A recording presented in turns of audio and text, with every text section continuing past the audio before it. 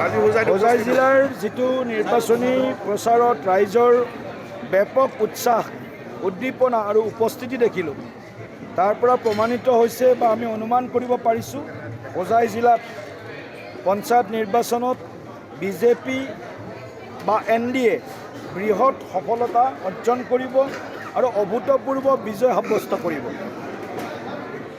প্ৰশ্ন কৰক।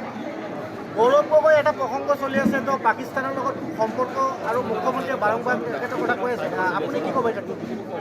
চাওক, গৌৰৱ গগৈ ডাঙৰীয়ালৈ সাধাৰণ প্ৰশ্ন, এইটো বিজেপিৰ প্ৰশ্ন নহয়, ভাৰতবৰ্ষৰ নাগৰিকৰ প্ৰশ্ন আছে যে গৌৰৱ গগৈ ডাঙৰীয়া পাকিস্তানত গৈছেনে যোৱা নাই। যদি গৈছে, যোৱা বুলি ক'লে হ'ল হা ইয়া না।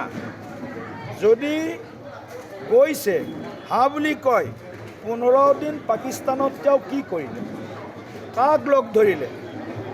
ভাৰতৰ মিত্ৰশক্তিক লগ ধৰি ভাৰতৰ উন্নয়নৰ কথা পাতিলে নে ভাৰত বিৰোধী শক্তিৰ লগত লগ ধৰি ভাৰতৰ যিটো বিৰুদ্ধে চিৰবৈৰী পাকিস্তান, তেওঁলোকৰ যিটো গোপন বা মুকলি যিটো তেওঁলোকৰ এজেণ্ডা, ভাৰত বিৰোধী এজেণ্ডা, সেইসকলক উৎসাহিত কৰি আহিলে? কি কথা পাতি আহিলে? তেওঁ deputy leader of the house লোকসভাত কংগ্ৰেছ দলৰ, তেওঁ সাধাৰণ মনীষ নহয়। গতিকে সেইকাৰণে গৌৰৱ গগৈৰ প্ৰতি মানুহৰ সন্দেহ হৈছে। গৌৰৱ গগৈয়ে সন্দেহ নিৰসন কৰক, সেইটো গৌৰৱ গগৈৰ দায়িত্ব, চৰকাৰৰ দায়িত্ব নহয়। তেওঁ বাৰে বাৰে চৰকাৰক কৈ আছে প্ৰচাৰ কৰক, প্ৰকাশ কৰক। তুমি নিদিয়া কিয়? গৈছানে যোৱা নাই পাকিস্তানত? ছোৱালী দুটাক, তৰুণ গগৈ ডাঙৰীয়াৰ নাতি দুটাক তেওঁ ভাৰতীয় নাগৰিকত্ব দিছে নে দিয়া নাই? গগৈ কৈ দিব লাগে নালাগে ৰাইজক? ভাৰতীয় নাগৰিকত্বৰ সলনি ব্ৰিটেইনৰ নাগৰিকত্ব দিয়াটো ৰাইজে ভাল পাব নেকি? ক'ব লাগে। যদি অসমৰ জন্ম লৈছে বা ভাৰতত জন্ম লৈছে, স্বাভাৱিকভাৱে সেই দুটা সন্তান ভাৰতীয় নাগৰিক হ'ব। কিন্তু দুৰ্ভাগ্য যে সেই অবোধ যি দুটা শিশু, সেই অবোধ শিশু দুটাও নজনাকৈ তেওঁলোকৰ নাগৰিকত্ব ব্ৰিটেইনৰ নাগৰিকত্ব লোৱাই থৈ দিছে। এনেধৰণৰ তেওঁলোকৰ মানসিকতা। গতিকে এই মানসিকতা হয়তো সোনিয়া গান্ধীৰ দিনতো দেখিছিলোঁ, আমি ৰাজীৱ গান্ধীৰ দিনতো দেখিছিলোঁ। বছৰৰ মূৰত সোনিয়া গান্ধীয়ে নাগৰিকত্ব লৈছে।